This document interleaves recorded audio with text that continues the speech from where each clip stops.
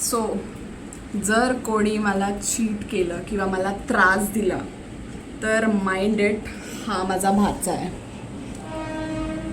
काय करशील सांग. मी त्याला उचलून फेकणार खाली आणि आणि त्याला उचलून गोल गोल फिरवून डायरेक्ट त्याला बेडवर बसवून आम्ही सगळे निघून जाणार आणि तो एकटा रडत बसणार.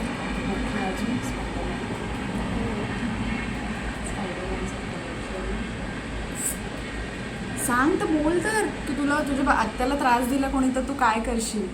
आत्याला जर माझ्या आत्याला त्रास दिला तर मी त्याला उचलून गोल गोल फिरवून फेकेन.